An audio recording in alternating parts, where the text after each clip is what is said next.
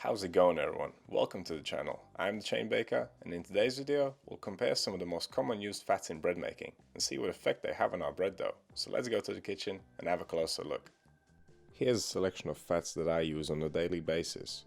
I don't use them all for bread making, but they are the most common fats you'll find in my kitchen. Starting with olive oil. This is great for cooking, baking and salad dressings. Same goes for the rapeseed oil, which is arguably even healthier than olive oil. And I personally really enjoy the flavour of this. Next up we have butter, and it is the fat most commonly used in bread making.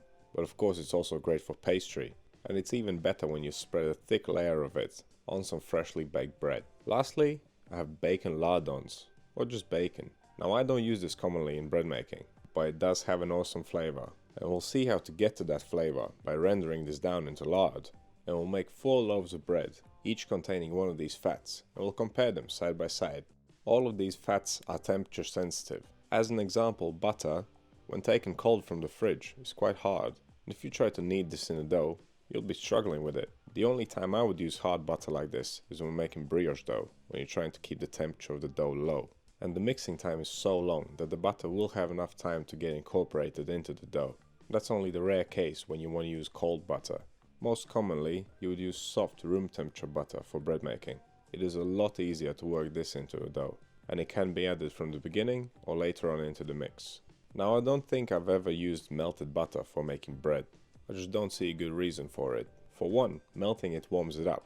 That will raise the dough temperature.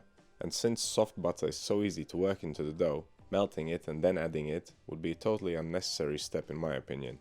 And we'll talk about how fat affects gluten later on in the video. That'll give you another good reason for not using melted butter.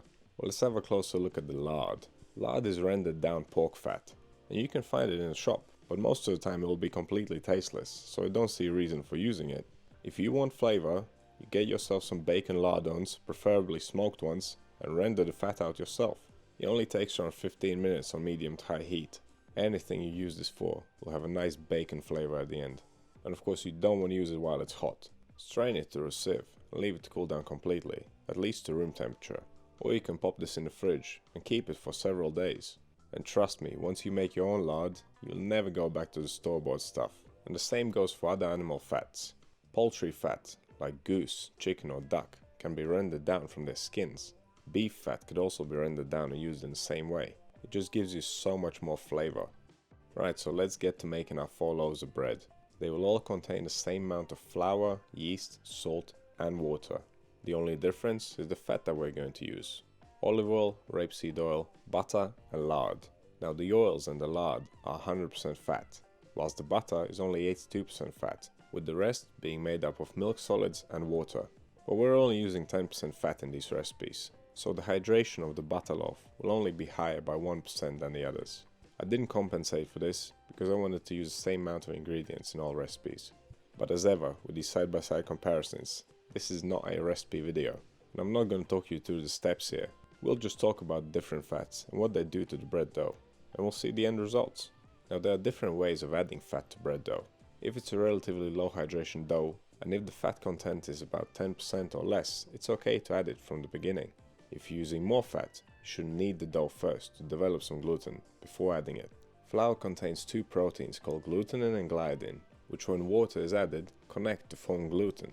When you add fat to the bread dough, it coats the flour and inhibits gluten formation. It makes the gluten strands shorter. And that's exactly why fat is called shortening sometimes. And that is by no means a bad thing. Short gluten strands means softer bread. That's one of the main reasons why we're adding fat to bread dough. If you want to learn more about adding fat to bread dough, check out the Principles of Baking playlist, where I have a separate video about it. And then head over to the Enriched Dough playlist, where you will find dozens of recipes using various fats at various percentages. The addition of fat also makes the dough slightly more difficult to work with. As you can see here, only at 10%, the dough started sticking to my hands when I was pressing it into the table to knead it. So I decided that the stretch and fold method is the way to go here. And sometimes you can switch between the two, depending on how sticky your dough is. These dough balls are quite small, so I'm only kneading them for 3 minutes each. I can tell you that they all feel pretty much the same when I'm kneading them. There is no difference in stickiness, and it takes about the same amount of time to get sufficient gluten development. Now if the percentages were higher, the dough made with butter would be the easiest to knead. The 2 oils are liquid, and they act as liquefiers. You could say that they count towards the hydration of the dough, and the lard becomes liquid almost as soon as you touch it, although fats from different body parts and different animals can have different melting points. But butter, on the other hand, melts at body temperature, and bread dough never really gets to that point, so the butter does not become a liquid when kneaded into the dough. There are of course other fats out there with different properties. Some vegetable spreads, for example, can contain quite a lot of water. It's just something to keep in mind. At the end of the day, the reason for using any fat is totally up to you and your taste.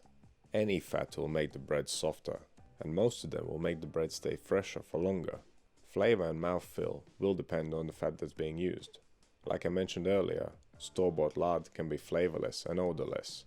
So if it's flavor you want, then you have to make your own lard, or use a different fat. Many oils have very distinct flavors, like olive oil, rapeseed oil, coconut oil, groundnut oil, walnut oil, and others. Some of them can be so strong that you would want to use less of them. Butter is my personal favorite, and it can only be described as buttery, and I know that you know exactly what I mean. The thing that's going for the butter, once again, is its melting point. When you pull the bread out of the oven and leave it to cool down, the butter will essentially become solid again, but as you eat it, it melts again. It becomes nice and fatty and releases all that buttery flavor. It melts in your mouth. I mean, that's why people say that. And when eaten, lard has a similar effect. Now let's get back to our 4 doughs for a second here. They have gone through bulk fermentation with one fold halfway through, and right now I'm doing the pre-shaping. Since the fat weakens the gluten, folding and pre-shaping can be great ways of adding back tension into the dough, and sometimes even more folds can be performed during bulk fermentation to build that tension. If you're making a high hydration dough, which is already stretchy, and you also add a lot of fat to it, then sometimes you may need to do several folds during bulk fermentation, up to 5 or even 6. And when it comes to final shaping, which is what I'm doing now, tension can be built into the final loaf. Of course, it's not always necessary. One of the reasons why we add fat is to make our bread softer, and the tighter you shape it, the chewier it may become. Then again, a more tightly shaped loaf can be fermented for longer, so you can counteract the effect of the tightness. Since more tightly shaped loaf will hold its shape for longer, it can be proofed for longer and rise higher, making the dough more airy. And that's what I love about bread making. Every single step affects the end result, but there's also so many adjustments you can make to get the same result with different ingredients and different methods and steps that you've taken.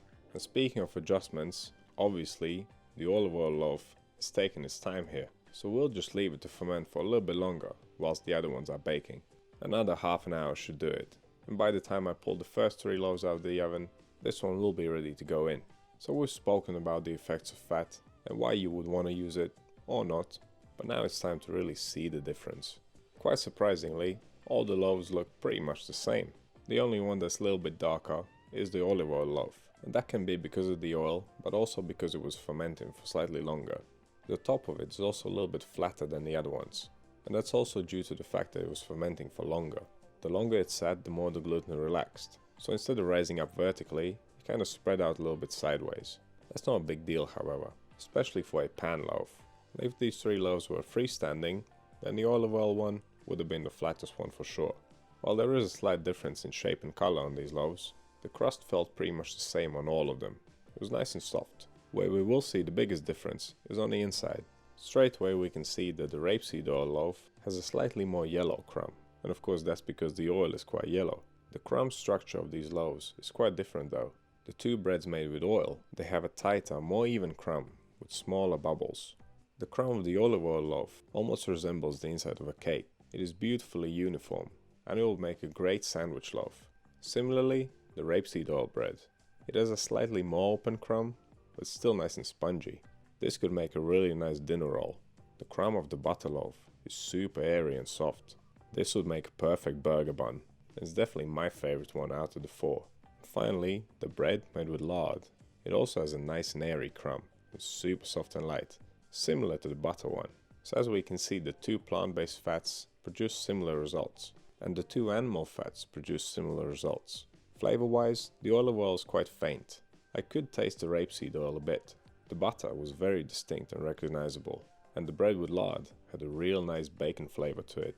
So if you want to get more flavor out of your plant-based oils, then you may want to add a little bit more of them. However, lard and butter have a great impact on flavor.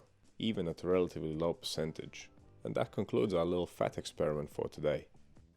So what do you think of this comparison? Did you learn something new? What fat do you mostly use in bread making? Let me know down in the comments. And see more videos like this one? Click right here. Subscribe to the channel, click over here. But that's all I have for you today. Thank you for watching, and I'll see you in the next one.